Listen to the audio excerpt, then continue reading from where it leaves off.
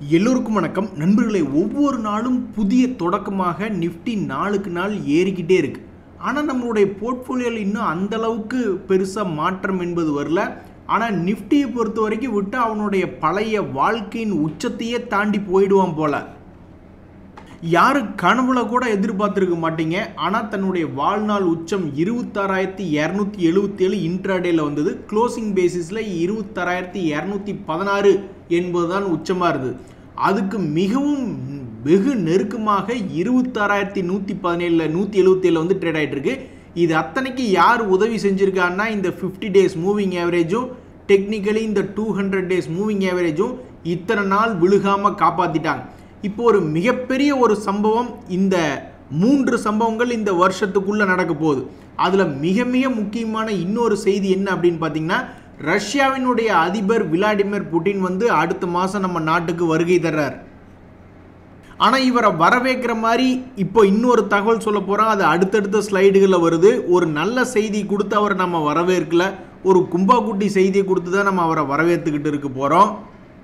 அது என்ன அப்படிங்கிறத அடுத்தடுத்துல ஸ்லைடில் சொல்கிறேன். ஆக மொத்தம் 3 மிக முக்கியமான செய்திகள். யூரோப்பியன் யூனியனோட நம்மளுக்கு நடக்க இருக்கக்கூடிய ஒரு ட்ரேட் ஒப்பந்தம் பற்றிய கடைசி கட்ட அறிக்கை. அதே மாதிரி அமெரிக்காவோட நம்ம என்ன ட்ரேட் ஒப்பந்தம் போட போகிறோம், அதில் பெனால்ட்டி 25% தூக்கி விட போகிறாங்களா இல்லையா அப்படின்ற ஒரு தகவல். மற்றும் இந்த ரஷ்யாவினுடைய பிரசிடென்ட் விளாடிமிர் புட்டின் நம்ம நாட்டுக்கு வர்றார். இந்த 3மே மிகப்பெரிய பிரம்மாஸ்திரங்கள். இந்த வருஷத்தினுடைய கடைசிக்குள்ளே எப்படி வருது அப்படின்றத பொறுத்து இருந்து தான் பார்க்கணும். தம்பி, நிஃப்டி ஏறி எங்களுக்கு பிரயோஜனம் இல்லைப்பா, மொத்தமாக போர்ட்ஃபோலியோவில் இருக்கக்கூடிய எல்லா பங்குலையும் ஒரு 40-50% லாபத்துக்கு தள்ளிவிடு அப்படின்றத எங்களுடைய கோரிக்கையாக இருக்குது. தலையில் கூந்தல் இருக்கிறவங்க, அதிகமாக நீளமாக இருக்கிறவங்க பின்னி அழகாக பூ வச்சுக்கிறாங்க, இல்லாதவங்க பாப் கட் பண்ணிக்கிறாங்க. அப்படிங்கிற மாதிரி பணம் இருக்கக்கூடியவங்க நிறைய பேர் பல பங்குகளை வாங்கி குவிச்சுக்கிட்டே இருக்காங்க. அப்படி தான் இந்த அதானி குரூப்பினுடைய அதானி என்டர்பிரைசஸ் வந்து என்ன பண்ணுறாங்க அப்படின்னு பார்த்தீங்கன்னா, அதாவது ஒரு பேக்ரவுண்ட் செக் பண்ணிங்கன்னா இந்த ஜேபி பவர் அப்படின்ற பங்கு இன்றைக்கி 8% ஏறி இருக்குது. ஏன் ஏறி இருக்குது அப்படின்னு பார்த்தீங்கன்னா, ஜெய்பிரகாஷ் அசோசியேட்ஸ் அப்படின்ற ஒரு பங்கு, அது ஒரு கடன்கார கம்பெனி, கடன் அதிகமாக வச்சுருக்கு. இந்த பங்குக்கு கடன் கொடுத்தவங்கலாம் நிறைய பேர் வந்து வசூல் பண்ண முடியாமல் இருக்காங்க. அப்படி இருக்கக்கூடிய நேரத்தில் இந்த அதானி என்டர்பிரைசஸ் குரூப் வந்து என்ன சொல்கிறாங்க அப்படின்னா, சரி இந்த கம்பெனி நாங்கள் எடுத்து நடத்துகிறோம் அப்படின்ற மாதிரி சொல்லியிருக்காங்க. அப்போ 23 தடவை பேச்சுவார்த்தை நடந்துக்கிட்டே இருக்குது. எதனால் அப்படின்ற மாதிரி பார்த்தீங்கன்னா, சரி இந்த கம்பெனிக்கு நாங்கள் கடன் கொடுத்துருக்கோம், நீங்கள் எடுத்துக்கிறேன் அப்படின்றீங்க, அப்போ எங்கள் பணம் என்ன ஆகிறது அப்படின்ற ஒரு நோக்கத்தில் 23 மீட்டிங் நடந்து கடைசியில் இந்த கமிட்டி ஆஃப் கிரெடிட்டர்ஸ் என்பது ஒத்துக்கிறாங்க. அதானி என்டர்பிரைசஸ் என்ன ஒரு வார்த்தை சொல்கிறாங்களோ அதை இவங்க ஒத்துக்கிட்டாங்க. இதனால் இனி என்ன ஆகுதுன்னா, இந்த ஜெய்பிரகாஷ் அசோசியேட்ஸ் அப்படின்ற பங்கை அதானி என்டர்பிரைசஸ் எடுத்ததுக்கப்புறம் இன்னைக்கு 7% ஏறி இருக்கான் பார்த்தீங்களா இந்த ஜெய்பிரகாஷ் பவர். இந்த பங்கினுடைய ஓனர் யாராக இருக்காங்கன்னா, அந்த லாபம் செய்யாத அந்த ஜெய்பிரகாஷ் அசோசியேட்ஸ் அப்படின்றது இருக்காங்க. அப்போ அந்த பங்கை வாங்கினா லாபம் செஞ்சு கொண்டு இருக்கக்கூடிய இந்த ஜெய்பிரகாஷ் பவர் ஆட்டோமேட்டிக்காக அவங்களுக்கு சொந்தமாயிடும் இல்லையா அதானி குரூப்புக்கு. அந்த ஒரு காரணத்தினால பெரிய ஆளுகளுக்கு அடியில் நம்ம போகிறோம் அப்படின்ற ஒரு நோக்கத்தில் இந்த ஜெய்பிரகாஷ் ஜேபி பவர் அப்படின்ற பங்கு இன்றைக்கி மேல் நோக்கி ஏற்றி விட்டாங்க. எனக்கு நல்ல ஞாபகம் இருக்குது, இந்த பங்கினுடைய விலை திடீர்னு இதே மாதிரி தான் ஒரு கட்டத்தில் 16 ரூபாயிலிருந்து மேல் நோக்கி ஏற்றி விட்டாங்க. அப்பவும் இதே மாதிரி தான் ஒரு தகவல் சொல்லியிருந்தாங்க. அதுக்கப்புறம் வந்து இல்லை அது இன்னும் ஒன்றும் முடியல, அந்த மாதிரி ஏதாவது இருந்தால் நாங்களே சொல்லுவோம் அப்படின்ற மாதிரி ஜேபி பவர்லேருந்து விளக்கம் அளிச்சிருந்தாங்க. அதுக்கப்புறம் அந்த பங்கினுடைய விலை கீழே விழுந்துடுச்சு.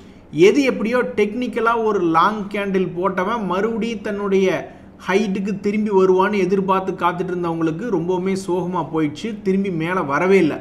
அதுக்கப்புறம் கிட்டத்தட்ட 4-5 மாதங்கள் கழித்து இன்றைக்கி வந்திருக்கானுங்க அந்த பழைய அந்த லாங் கேண்டிலுடைய ஹையே.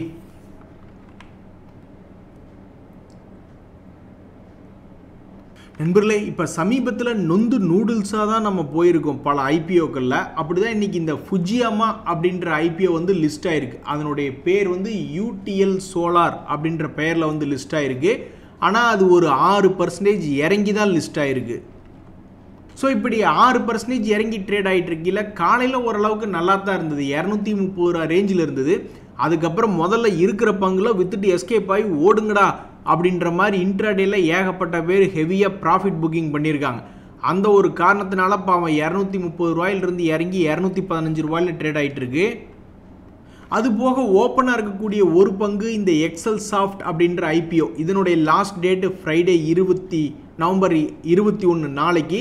இந்த சமயத்தில் இதனுடைய கிரே மார்க்கெட் ப்ரீமியம் ஏதாவது ஓரளவுக்கு பரவாயில்லையா அப்படின்னு பார்த்துக்கிட்டு இருக்கீங்கள. இது 12% வந்து ப்ளஸில் லிஸ்ட் ஆகுமோ அப்படின்னு மார்க்கெட்டில் எதிர்பார்த்துக்கிட்டு இருக்காங்க. நண்பர்களே, சமீபத்தில் இந்த கோல்டையும் சில்வரையும் ரொம்ப சிறப்பாக கொண்டாடிக்கிட்டு இருந்தாங்க. அதாவது அவனுடைய வாலட்டிலிட்டி என்பது ஷேர் மார்க்கெட்டை தள்ளி நின்று வேடிக்கை பார்க்க வேண்டிய அளவுக்கு மிக கடுமையான ஏற்றம் இறக்கமும் பயங்கரமான ஒரு வாலட்டிலிட்டி அப்படின்றது இருந்தது. ஸோ இப்போ சமீபத்தில் சில்வர் அப்படின்றதுனுடைய விலையும் கரெக்டாக 50 days மூவிங் ஆவரேஜ் கிட்ட சப்போர்ட் எடுத்து ஒரு மாதிரி நிலையாக நின்று ட்ரேட் ஆகிட்டு இருக்கான்.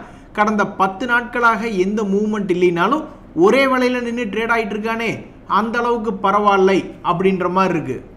அதே மாதிரி கோல்டினுடைய விலையும் கடந்த ஒரு மாதமாகவே அது என்ன விலையில் இதுக்கு முன்னாடி இருந்ததோ அதே விலையில தான் இப்போதைக்கு ட்ரேட் ஆகிட்டு இருக்கு. எது எப்படியோ தற்போதைக்கு கோல்டை காப்பாற்றினது எது அப்படின்னு பார்த்தீங்கன்னா டெக்னிக்கல் அந்த 50 days மூவிங் ஆவரேஜ் தான். அதை இப்போ வரைக்கும் உடைக்காமல் ட்ரேட் ஆகிட்டு இருக்கு. ஒருவேளை அது உடச்சிருச்சுன்னா தங்கமாகவே இருந்தாலும் நாங்கள் உரசித்தான் பார்ப்போம் அப்படின்ற மாதிரி கோல்டு மார்க்கெட்டில் ஏதாவது ப்ரெஷர் வருதா இல்லையா அப்படின்றது பொறுத்திருந்து பார்த்தா தான் தெரிய வரும். தற்போதைக்கு இது 50 days மூவிங் ஆவரேஜுக்கு மேலே இருக்கிறதுனால நிறைய கோல்டு வச்சுருக்கிறவங்களாம் ஒரு மாதிரி சேஃபாக ஃபீல் பண்ணிக்கிட்டு இருப்பாங்க. நண்பர்களே, இந்த வாட்டெக் வபாப் அப்படின்ற பங்கு 50 days மூவிங் ஆவரேஜ் கீழே ரொம்பவுமே சிரமப்பட்டுக்கிட்டு இருக்கக்கூடிய ஒரு பங்கு. இதுக்கு முன்னாடியெல்லாம் அவன் பல முறை ஏறி இறங்கி பல பேர்த்துக்கு லாபம் என்பது சம்பாரித்து கொடுத்துருக்கக்கூடிய ஒரு பங்கு. ஆனால் தற்போது கீழே விழுந்த பிறகு 200 days மூவிங் ஆவரேஜ் என்பதை தாண்ட முடியாமல் கொஞ்சம் திணறிட்டு இருக்கு. இந்த சமயத்தில் ஒரு செய்தி என்பது வந்திருக்கு. அதாவது இந்த வாட்டெக் வபாக் அப்படின்றதுல வந்து மிகப்பெரிய ஒரு லார்ஜ் ஆர்டர் கிடைச்சிருக்கு அப்படின்ற மாதிரி சொல்கிறாங்க. அவங்கள பொறுத்த வரைக்கும் லார்ஜ் ஆர்டர் என்பது எவ்வளவு அப்படின்னு பார்த்தீங்கன்னா அது நேபாளில் கிடச்சிருக்குங்க. 30 million to 75 million அமெரிக்க டாலர்கள்.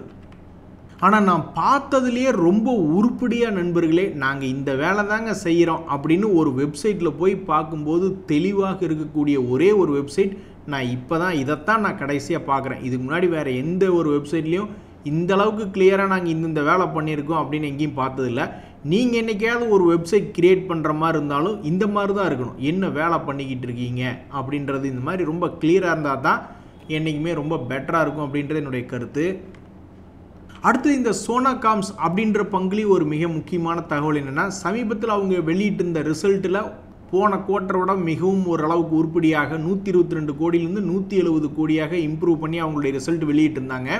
இந்த ஷேருடைய விலையை பொறுத்த வரைக்கும் தன்னுடைய லோவிலிருந்து ஓரளவுக்கு பிக்கப் ஆனவனில் லிஸ்ட் எடுத்து பார்த்தோம்னா அதில் இந்த சோனாகாம்ஸ் இருக்கும். ஸோ அப்படி இருக்கக்கூடிய சோனாகாம்ஸ் தொடர்ந்து சில மாதங்களுக்கு முன்னாடி 420 ரூபாயில் இருந்தால் அதுக்கப்புறம் கீழேயா மேலேயான்னு பார்த்துக்கிட்டு இருக்கீல 2 மாதம் கழித்து பார்க்கும்பொழுது அவன் மேலே வந்திருக்கான். அது மட்டும் பத்தாமல் மறுபடியும் ஒரு மிக முக்கியமான டேர்னிங் பாயிண்ட், இதுக்கு முன்னாடியும் ஒரு டேர்னிங் பாயிண்ட் கீழேயா மேலேயான்னு தெரியாமல் இருந்தது. மறுபடியும் மேலே ஏறி வந்ததுக்கு பிறகு 200 days மூவிங் ஆவரேஜ் என்பதை தாண்டியிருக்கான். அப்போ இந்த 2025 இவன் அதை தாண்டவே இல்லை. ஸோ இந்த 200 days மூவிங் ஆவரேஜுக்கு ஒரு மரியாதை கொடுத்து மறுபடியும் கீழேயா மேலேயா அப்படின்னு எதிர்பார்த்துட்டு இருக்கீல சில மாதங்கள் கழித்து மேலே வந்து ஒரு 680-700 தொட்டுச்சுன்னா மகிழ்ச்சியாக தான் இருக்கும். ஸோ ரொம்ப பக்கத்தில் எங்கேயோ போர் போடுவாங்க போல். ஸோ ரொம்பவுமே பரபரப்பான இடத்துல இருக்கக்கூடிய ஒரு பங்கு தான் இந்த சோனா பிஎல்டபிள்யூ அப்படின்ற பங்கு. இந்த பங்கு வச்சிருக்கிறவங்க ஆண்டவா எப்படியாவது இவனை மேலே ஏற்றி ஒரு 700 ரூபா 760 ரூபா கொண்டு வந்து நாங்கள் லாக் ஆகிருக்கோம் அதெல்லாம் ரிலீஸ் பண்ணிவிடு அப்படின்ற மாதிரி தான் நினச்சிக்கிட்டு இருப்பாங்க.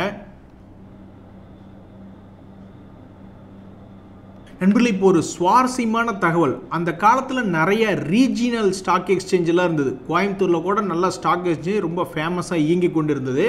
அதுக்கப்புறம் பல்வேறு ஸ்டாக் எக்ஸ்சேஞ்சில் பெருசாக வர்த்தகம் இல்லை. கடைசியில் என்எஸ்சி பிஎஸ்சி அப்படின்ற மாதிரி கன்சால்டேட் ஆகிடுச்சு. அதுக்கப்புறம் ரெகுலேட்டர்ஸ் வந்து அது எக்ஸிட் ஆப்ஷன்ஸ் எல்லாம் நிறைய ரீஜினல் ஸ்டாக் எக்ஸ்சேஞ்சு கொடுத்துருந்தாங்க. கடைசியில் பிஎஸ்சி என்எஸ்சியில் தான் அதிகமான லிஸ்டிங்ஸ் அண்ட் ட்ரேடிங்ஸ் என்பது நடந்துக்கிட்டு இருக்குது இப்போ. ஸோ இப்போ இந்த ஐடிசி ஷேரில் ரொம்பவுமே சுவாரஸ்யமான ஒரு தகவல் நடந்திருக்கு. இவங்க வந்து என்ன பண்ணியிருக்காங்க அப்படின்னு பார்த்தாங்கன்னா பாம்பே ஸ்டாக் எக்ஸ்சேஞ்சில் இருக்காங்க, என்எஸ்லேயும் லிஸ்ட் ஆகிருக்காங்க, கல்கத்தா ஸ்டாக் எக்ஸ்சேஞ்சிலையும் லிஸ்ட் ஆகிருக்காங்க. ஆனால் அங்கே எதுக்கப்புறம் நம்ம லிஸ்ட் ஆகிட்டு இருக்கணும்? பெரும்பாலான ட்ரேடுகள் ஆல்மோஸ்ட் எல்லாமே வந்து என்எஸ்சி பிஎஸ்சியில் தானே நடந்துக்கிட்டு இருக்குது. அப்படின்ற ஒரு காரணத்தினால இவங்க வந்து கல்கத்தா ஸ்டாக் எக்ஸ்சேஞ்ச் விட்டு வெளியே வர்றதுக்கு கோரிக்கை வச்சுருந்தாங்க. அதே அவங்க கோரிக்கை வச்சுக்கிட்டது போலவே வாலண்டரி டீலிஸ்டிங் மாதிரி அந்த பங்கு என்ன ஆயிருக்கு அப்படின்னு பார்த்தீங்கன்னா, அந்த கல்கத்தா ஸ்டாக் எக்ஸ்சேஞ்சிலேருந்து டீலிஸ்டிங் ஆயிடுச்சு. இனி அந்த பங்கு வந்து அங்கே போய் வாங்கவோ விற்கவோ என்பது முடியாது. ஸோ இவங்க கொடுக்கக்கூடிய தகவல் என்னென்னா, இனி இந்த ஐடிசி என்பது என்எஸ்சி பிஎஸ்சியில் மட்டும்தான் இனி லிஸ்ட் ஆகி ட்ரேட் ஆகிக்கிட்டு இருக்கும். பல பேர் என்ன நினைப்பாங்க, ஆமாங்க அந்த கல்கத்தா ஸ்டாக் எக்ஸ்சேஞ்ச் முதல்ல எங்கே இருக்குன்னு கூட எங்களுக்கு தெரியாதுங்க, எங்களுக்கு என்எஸ்சி பிஎஸ்சியில் ட்ரேட் ஆகிட்டு இருந்தாவே போதும். அதுலேயும் பல பேர் பிஎஸ்சியினுடைய ஸ்டாக்ஸை வந்து சில பேர் ரொம்ப சுவாரஸ்யமான ஆளுங்க, இங்கே 100 ரூபாய்க்கு ட்ரேட் ஆகிட்டு இருக்கும், அங்கே இது 100 ரூபா 50 பைசா அல்லது 101 ரூபாய்க்கு ட்ரேட் ஆகிட்டு இருந்ததுன்னா கையில் இருக்கிற ஸ்டாக்கை விற்கிறதுக்கு முன்னாடி பிஎஸ்சி என்எஸ்சி ரெண்டுலேயும் ரேட்டை செக் பண்ணிவிட்டு ஒரு 50 பைசா ஜாஸ்தி எடுத்தாலும் 1000 ஷேருக்கு என்னங்க ஆச்சு. ஸோ அந்த மாதிரி பார்த்து விற்கக்கூடிய ஆட்கள் நிறைய பேர் இருக்காங்க இன்றைய தேதியிலையும். ஸோ எது எப்படியோ இது ரொம்ப சுவாரஸ்யமான செய்தி. ஐடிசி ஷேர் எத்தனையோ வருடங்களுக்கு பிறகு இந்த கல்கத்தா ஸ்டாக் எக்ஸ்சேஞ்சில் டீலிஸ்ட் ஆயிருக்கு. இந்த நேரத்தில் இந்த ஐடிசி அப்படின்ற பங்கு மாமூலாகவே அவன் கீழே விழுகுவதும் மேலே போகிறதுமாவே ஆடிக்கிட்டு இருக்கு. இந்த சமயத்தில் இதுக்கு முன்னாடி ஒரு முறை 395 ரூபாயிலிருந்து 427 ரூபா வரைக்கும் போயிட்டு மறுபடியும் கீழே விழுந்திருக்கு. இனி இந்த பங்கினுடைய அடுத்த கட்ட மூவ்மெண்ட் எப்படி இருக்குது அப்படின்ற பொறுத்து தான் பார்க்கணும். இன்னொரு மிக முக்கியமான சந்தோஷமான விஷயம் என்னென்னா, சிட்டி யூனியன் பேங்க் வந்து உத்தரப்பிரதேசத்தில் ஒரு பிரான்ச் ஒன்று ஓப்பன் பண்ணியிருக்காங்க அப்படின்ற ஒரு தகவல் ஒன்று வெளியிட்டிருக்காங்க. அந்த நியூஸ் மட்டுமா சந்தோஷமான விஷயம், இந்த ஷேரை வச்சிருக்கிறவங்களுக்கே சந்தோஷம்தான். அவங்க 2023லிருந்து அந்த பங்கினுடைய விலை தொடர்ந்து ஏறி இருக்கிறதுலே உச்சத்தில் ட்ரேட் ஆகிட்டு இருக்கு சிட்டி யூனியன் பேங்க். இந்த சமயத்தில் இப்படி உத்தரப்பிரதேசத்தில் ஒரு பிரான்ச் ஒன்று ஓப்பன் பண்ணியிருக்கோம் அப்படின்ற ஒரு செய்தியை வெளியிட்டிருக்காங்க. நண்பர்களே, இன்னொரு சுவாரஸ்யமான தகவல், ரஷ்யா கிட்டேருந்து ஆயில் நம்ம வாங்கிக்கிட்டு இருக்கோம். இந்தியா, சைனா, துருக்கியும் வாங்கிக்கிட்டு இருக்கு. நம்மள எல்லாருமே வந்து ஆல்மோஸ்ட் 40%லேருந்து 50% ஆயில் நம்ம ரஷ்யா கிட்டேருந்து வாங்குறத குறைச்சிட்டோம். ஏன் அப்படின்னா, அமெரிக்காவினுடைய ட்ரெஷரி வந்து நவம்பர் 21ஆம் தேதியிலிருந்து அந்த நாட்டினுடைய மிகப்பெரிய ஒரு 2 க்ரூட் ஆயில் ரிஃபைனரிஸ் மேலே சாங்ஷன் போட்டிருக்காங்க. நம்ம போய் அப்புறம் அவங்ககிட்ட வியாபாரம் பண்ணிக்கிட்டு இருந்தோம்னா அமெரிக்கா என்ன பண்ணுவாங்க அப்படின்னு பார்த்தா, நீங்கள் அவங்களோட வியாபாரம் பண்ணிகிட்டு இருக்கீங்க, இனிமேல் நாங்கள் உங்களோட வியாபாரம் பண்ண மாட்டோம் அப்படின்னு சொல்கிறது மட்டும் இல்லாமல், அமெரிக்காவுக்கு சைஞ்சக்கா போட்டு கொண்டிருக்கக்கூடிய அமெரிக்காவினுடைய நட்பு நாடுகளும் என்ன பண்ணுவாங்கன்னா, நாங்களும் அப்போ இனிமேல் இந்தியா கூட நாங்கள் எந்த விதமான வர்த்தகம் வச்சுக்க மாட்டோம். அதே மாதிரி ஃபைனான்ஷியல் எல்லாமே கொடுக்கல் வாங்கலுக்கு எல்லாத்துக்குமே பணத்தை கொடுக்கணும், மறுபடியும் பணத்தை எடுக்கணும். ஸோ செட்டில்மெண்ட் அப்படின்றது இருக்குல்ல, கேஷ் செட்டில்மெண்ட், அதுக்கு அந்த ஸ்விஃப்ட் அப்படின்ற ஒரு இன்ஃப்ராஸ்ட்ரக்சர் தான் ரொம்பவுமே முக்கியமாக யூஸ் பண்ணிக்கிட்டு இருக்காங்க. அப்புறம் அதை நம்மளை யூஸ் பண்ணாமல் விட்டுருவாங்க. அப்புறம் நம்ம பொருளை வாங்குறதுக்கு பணமும் கொடுக்க முடியாது. அப்புறம் நம்ம என்றைக்காவது ஏதோ விற்றோம்னா அதுக்குண்டான பொருள் வாங்குறதுலேயும் ரொம்ப சிரமமாயிடும். ஸோ அதனால் பார்க்குற வரைக்கும் பார்த்துட்டு சைனா உட்பட துருக்கி உட்பட நம்ம எல்லாருமே பண்ணிட்டாங்க. ஆனால் இப்போ சைனா துருக்கியெல்லாம் ஆல்ரெடி ஆல்டர்னேட்டிவ் கண்டுபிடிச்சிட்டாங்க, இந்த கசகிஸ்தான்கிட்ட வாங்குறது, ஈராக் கிட்ட வாங்குறது அப்படின்ட்டு. நம்ம ஆளுங்க வந்து இப்போ எங்கே வாங்குறாங்க அதிகமாக அப்படின்றது பொறுத்து இருந்தால் பார்க்கணும். மிடில் ஈஸ்ட்லேருந்தும் அந்த ரீப்ளேஸ் பண்ணுறாங்க அல்லது அமெரிக்காவிலிருந்தே ரீப்ளேஸ் பண்ணுறாங்க அப்படின்ற தகவல்லாம் வந்துக்கிட்டு இருக்குது.